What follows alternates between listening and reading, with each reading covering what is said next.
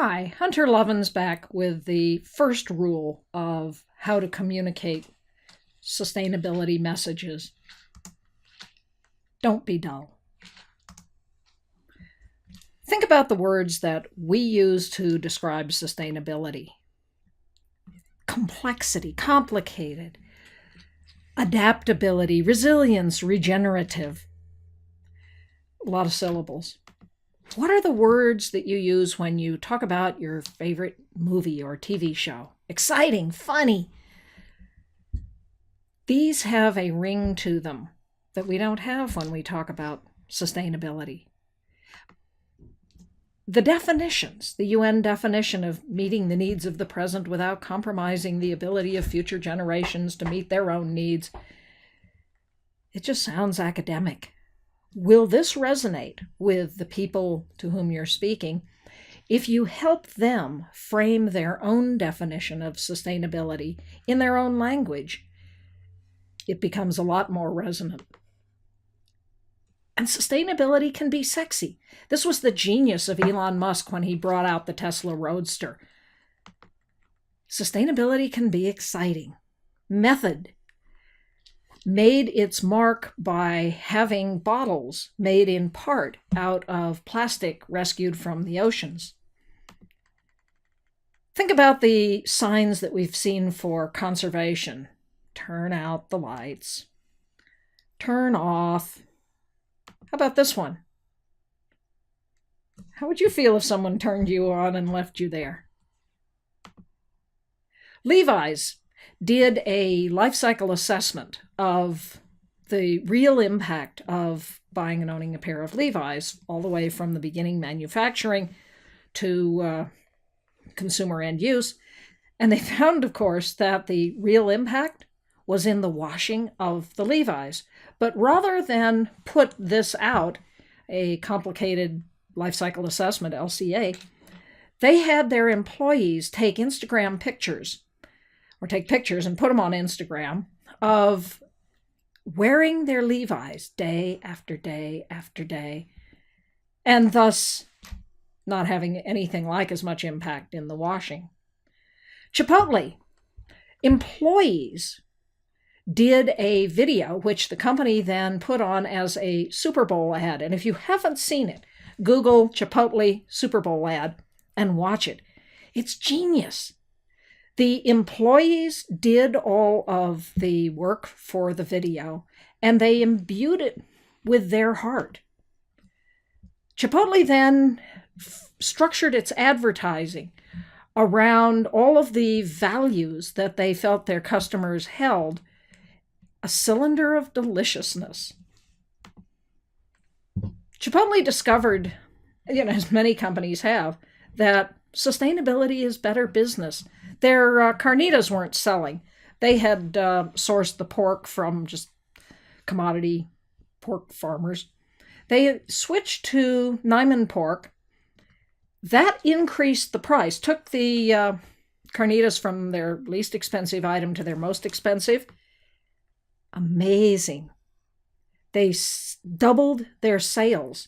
And what they found is people are willing to pay more for good food if you communicate that you're getting a higher quality. And they realized it's not just enough to serve the best food. Fresh is not enough. It's just a starting point. Better tasting, better for the environment, better for animals, better for the farmers, just better. Better is a very simple word. Chipotle, of course, has done a lot of other things, like making their restaurants LEED Platinum and empowering their employees, offering English language classes to them. What they're realizing is that sustainability is a spherical responsibility. You've got to come at it from all aspects of it, and then tell the story. Rule number 2, don't preach. People want to be applauded. They don't want to be scolded. If you think about what contributes to your audience, there are many factors: where they came from, what class they're from, their politics, their age, their religion. Speak in a way that honors all of these. It's very tempting to take this position, particularly in politics, red versus blue. I'm right and you're wrong. Not a terribly effective way of communicating. Instead, you might try talking about what you value and why you care about sustainability, and connect with what it is that your audience values and ask them, what do they care about? You know that you are reaching people when your logo starts appearing in tattoos on their bodies. And the companies that have done this have connected with their audience and made their market feel that the product is core to that person's identity, so much so that they will indelibly put it on their body. There are a lot of values that we share with people that we may think we disagree with. Conservatives care a lot about the land, about family farms, wildlife, hunting, fishing, outdoor recreation. The American tradition of conservation, of Teddy Roosevelt, who set aside the first of the national parks for future generations. This is Teddy Roosevelt with John Muir, the founder of the Sierra Club. And if you think about these core values and how we can speak to them when we talk about what we're doing with sustainability, you can reach across the aisles in ways that most activists haven't been particularly good at doing. Think about this. One of our most environmental presidents was Richard Nixon. These are all examples of initiatives that he put forth early in his first administration for a better understanding of the environment. He created the Environmental Protection Agency. This was his letter to Congress on creating NOAA. There have been strong right-wing leaders who have taken strong stands on behalf of the environment. Reagan, Thatcher were instrumental in the Montreal Protocol that began solving the crisis of ozone-depleting chemicals in the atmosphere. And essentially, universally, this was a success story. The cooperation around sulfur dioxide, the U.S.-Canada cooperation. Yeah. George Bush. He was also a fan of cap and trade, climate protection through markets, as was the Terminator.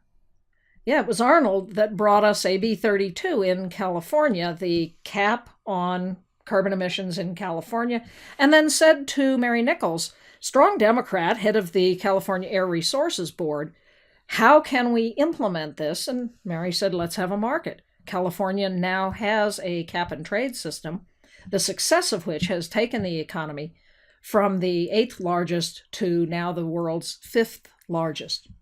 Enormous economic success. Rule 3, be transparent, be honest. People want green. They want to know what your company is doing in the green space. 4 out of 5 people say they buy green products even if they cost a bit more. Almost a quarter of the population ties the reputation of a company to whether or not they will buy a product. And they verify. They listen to the claims, they go online, they read studies, they check them out. Remember, 70% of people don't care if a particular brand goes away. If you want your brand to have durability, it needs to be talking to people about what it's doing on behalf of sustainability.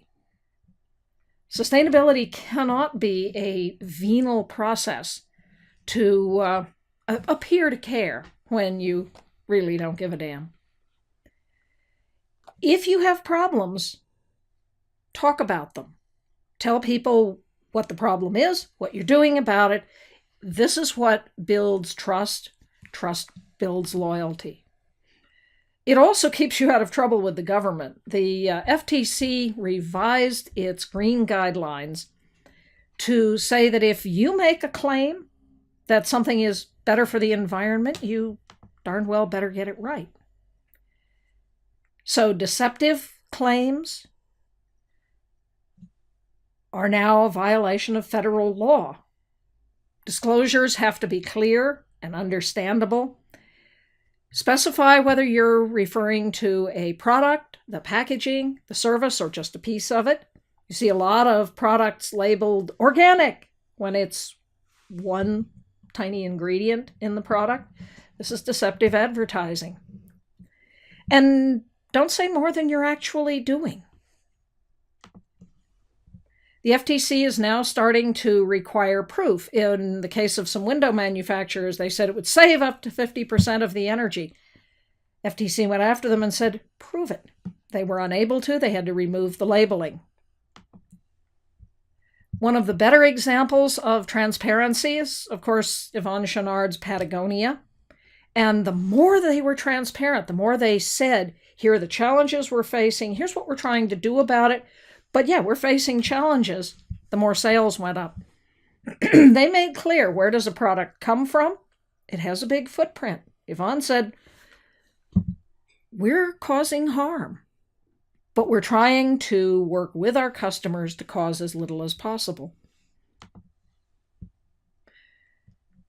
Eric Schmidt, CEO of Google for a while, said, if you have something you don't want anybody to know, maybe you shouldn't be doing it in the first place. Nike ran into this problem. They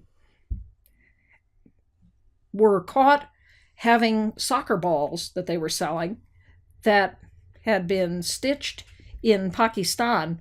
Life magazine ran a big picture of one young Tariq stitching soccer balls for 60 cents a day. And this led activists to call to boycott Nike. Students rose up against them. Nike responded initially by saying, well, we'll contribute to youth sports programs. And the youth sports programs said, thank you very much. We don't want your help. We appreciate that you like our children, but clean up your act. The boycott was so bad that Nike was actually considering abandoning the swoosh, its little brand. What's that worth? Turns out billions. It is the single most iconic brand in all of advertising.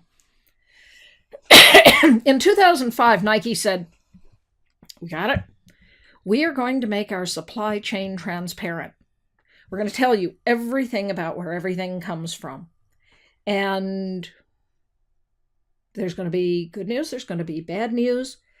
What they found when they did this, it made it easier on them to manage their supply chain. By insisting that suppliers reveal to Nike what the suppliers were doing, who their suppliers were, where stuff actually was coming from, Nike was better able to manage its entire supply chain. Nike today is one of the icons of responsibility, and their recent campaign with Colin Kaepernick shows just this, that the brand mission is that if you have a body, you're an athlete. Their operating principles are everything from transparency to integrity. Their corporate responsibility objectives contribute to profitable and sustainable growth. They've set forth strategic goals around social justice, around the environment, and they are systematically working through all of their products to implement these. Again, they found that doing this enhanced their profitability. And they have set two goals of enhance the brand and protect the brand through transparency and through corporate responsibility. They continue to ask, though, are we doing enough? Is what we're doing sufficient? And they are engaging with the UN, first the Millennium Development Goals, then the Sustainable Development Goals, looking at ways that Nike can be of assistance to the people of the world. They realized that where they had been was fragmented, isolationist. Where they need to be is integral, holistic, and scalable. This led them to innovations like waterless dyeing, which not only dramatically reduced their environmental footprint, but it enhanced their profitability. Or the fly knit shoe, which came out of working with people like Janine Benyus on principles of biomimicry. In the case of waterless dyeing, they partnered with a company that had figured out how to do this, and again, dramatically cut their environmental impact. Here's one reason why you should be transparent. Your employees have the ability to be transparent for you. If you're not telling the truth, they can on sites like Glassdoor. And any company ought to be paying attention to what is being said about it on Glassdoor. We worked with a company that, when we began working with them, was one of the iconic companies of natural foods, Kashi. While we were working with them, they were bought by Kellogg's. Now, the goal was to go up into the mothership and bring Kashi's commitment to sustainability into the mothership. It didn't wind up working out quite as well as we and they had hoped. We warned them that they were at risk because they were allowing the word natural to imply that they were organic, and their customers thought they were putting out organic products. Rather than being clean, being clear, they just let the implication hide, and they got caught. Then, of course, they made it worse by saying, well, the FDA hasn't regulated what it means by natural.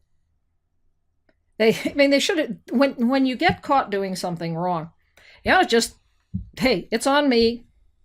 I screwed up, and here's what we're going to do to fix it. We all make mistakes. It's how you deal with the mistake that tells what kind of company you are. Now 100% natural. And everybody knows this is greenwashing. At the same time, the General Electric case shows that hypocrisy can be the first step to real change. When Jeff Immelt took over from Hatchet Jack Welch, Welch made the company a lot of money by firing people. So if labor is not really, if your workers are not really your greatest asset, they're a huge liability because they're on your books as a cost center, then the more people you get rid of, the higher your stock value goes. Welch rode that one as far as he could until it started to tail off, and then he retired and left the company to Jeff Immelt. Immelt said, well, if my predecessor built the one of the greatest American companies ever, according to the mythology, what can I do? Well, I can argue I'm going to save the world. So late in 2005, he announced Ecomagination. In May of 2006, he stood with Jonathan Lash of World Resources Institute, announcing that they were committing to green their products and to cut greenhouse gas emissions. Critics immediately jumped up and said, greenwashing, greenwashing. All they're doing is badging as green products they're already making, which was quite true. And they were pledging to cut their carbon emissions 1% by 2012. But then an interesting thing happened. Their green badged products doubled in sales with enormous back orders. They cut their greenhouse gas emissions 4% in a year. Over time, revenues went further up. If Ecomagination had been a separate company, it would have been Fortune 130. the Ecomagination product lines became one of GE's best sellers, while the rest of their divisions barely held even or started to fall off. Immelt was on his way to a spectacular success.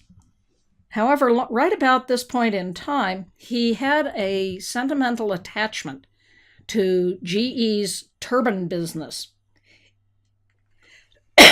So he bought a company called Alstom. At the same time, their wind turbine division was doing very well.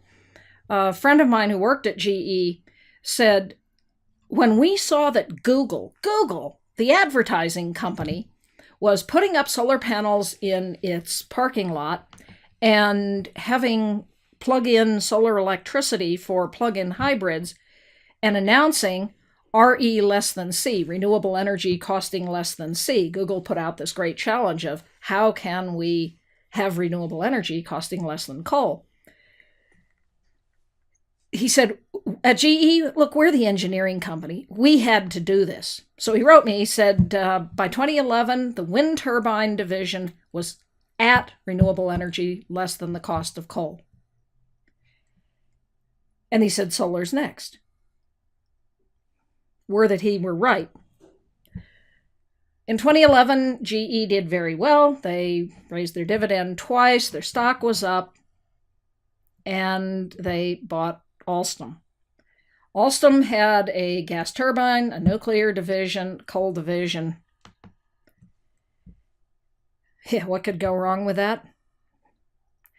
GE in the spring of 2018 was being discussed as a target for being dismembered. They had to sell off their iconic light bulb division. Immelt left. The new CEO, John Flannery, is charged now with the turnaround. GE was one of the first companies listed on the Dow Jones Stock Index. In June of 2018, it was kicked off. It's still not clear what will happen to the company, but this is a cautionary tale. While hypocrisy can be the first step to real change, you have to mean it. You have to live up to it.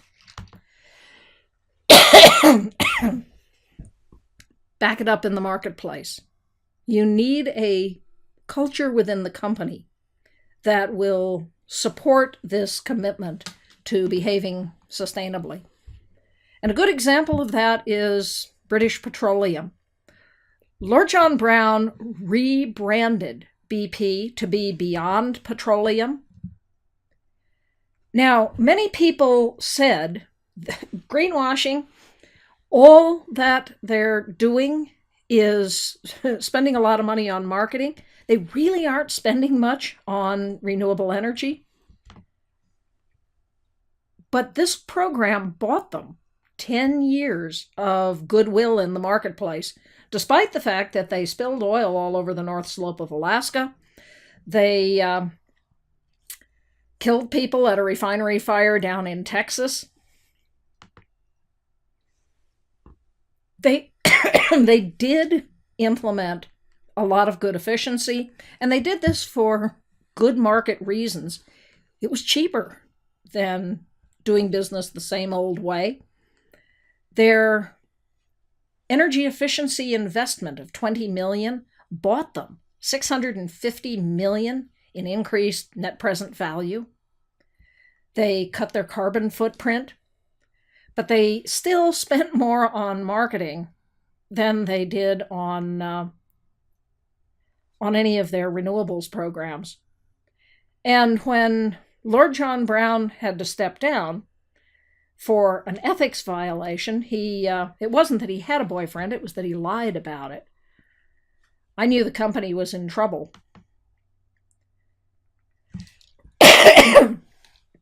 Let it go.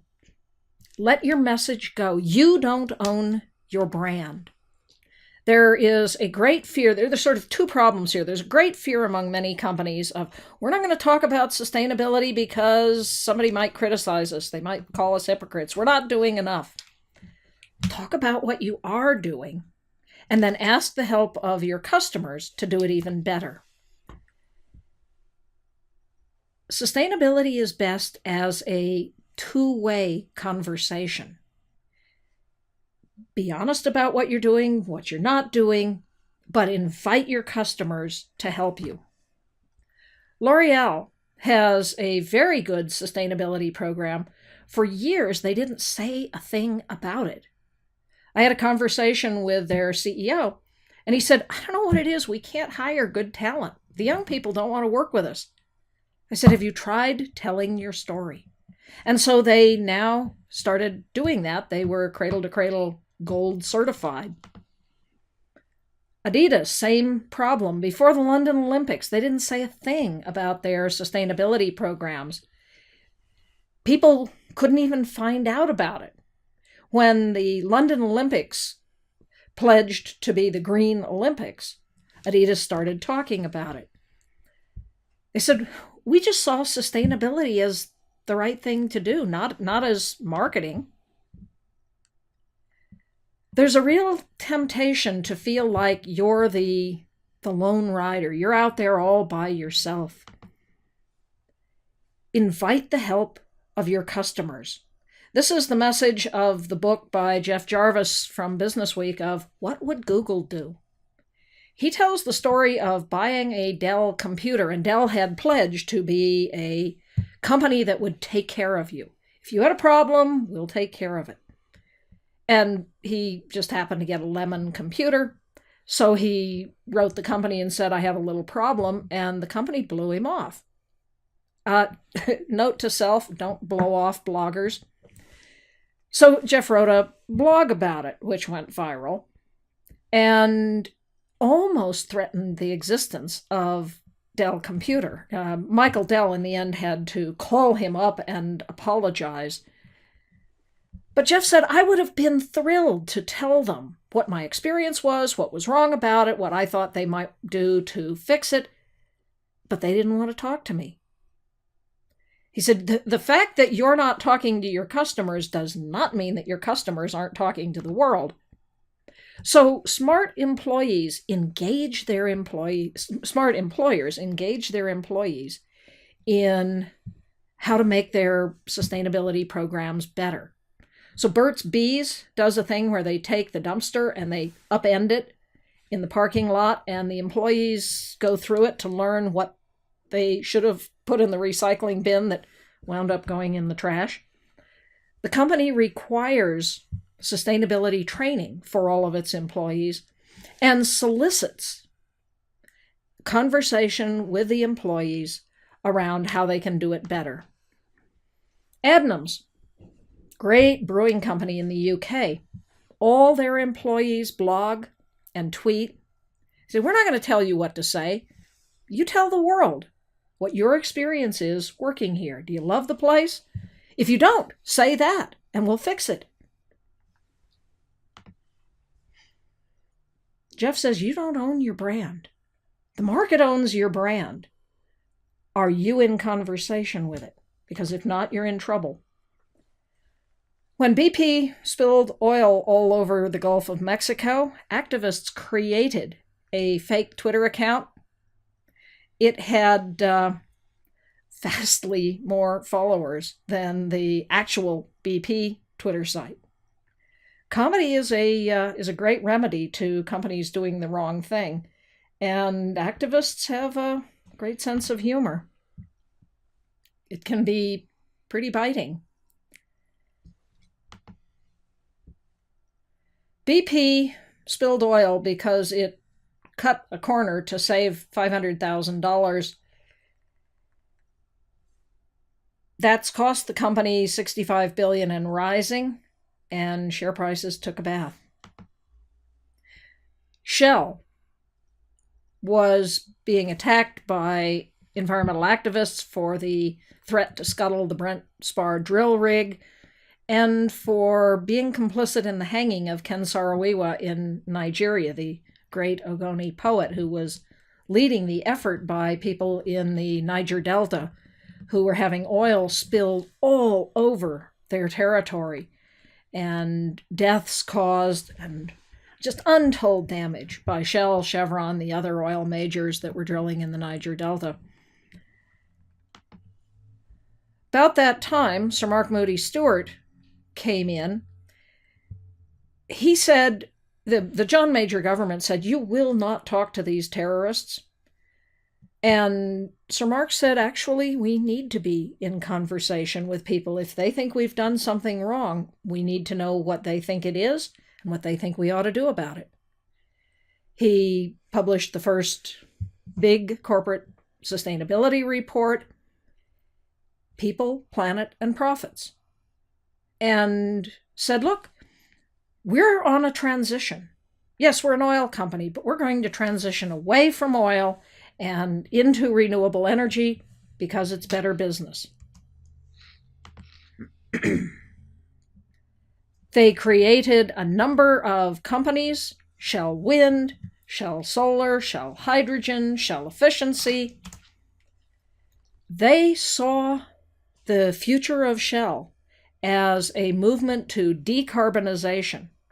By the middle of the century, they said it's plausible that Shell will be Europe will be half renewables, and Shell will be a diversified energy company. And that's what their scenarios started showing. This is business as usual, somewhat greater efficiency. And here's what we think will really happen: that the traditional energy sources will tail off, the renewables will come up. With this sort of honesty and transparency and effectiveness at scenario planning, Shell became the world's largest company. It was considered a socially responsible, investable stock until in late 90s, early aughts, Sir Mark resigned. Shell managing directors rotate on about every 5 years.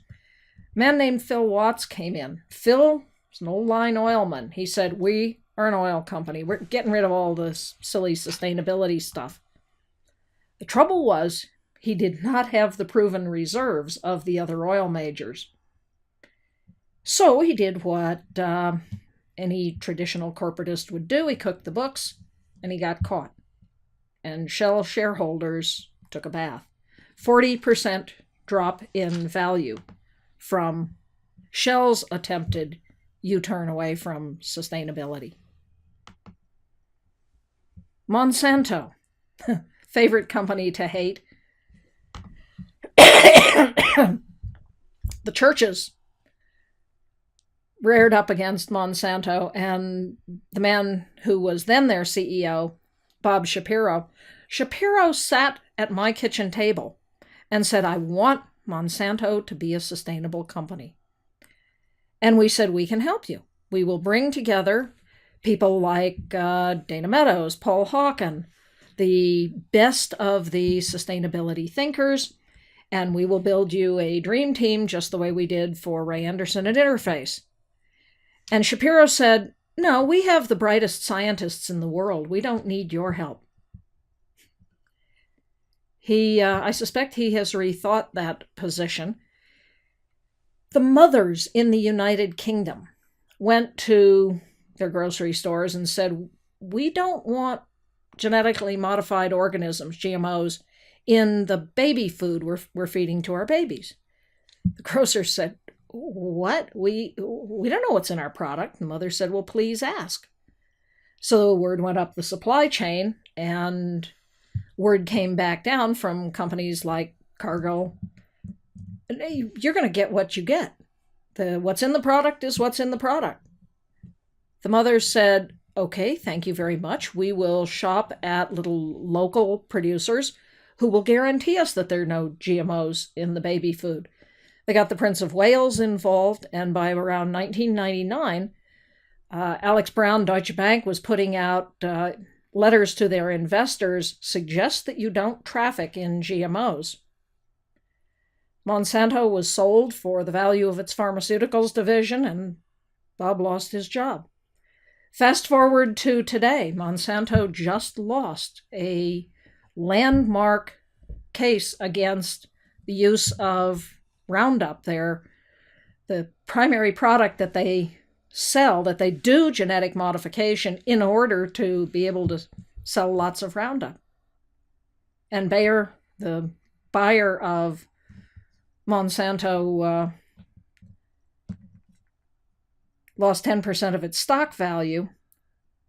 The latest news is Monsanto had gone after Avaz, the social activist group, to compel them to turn over all documents pertaining to any mention of Monsanto. It would have put Avaz out of business, having to come up with all of that.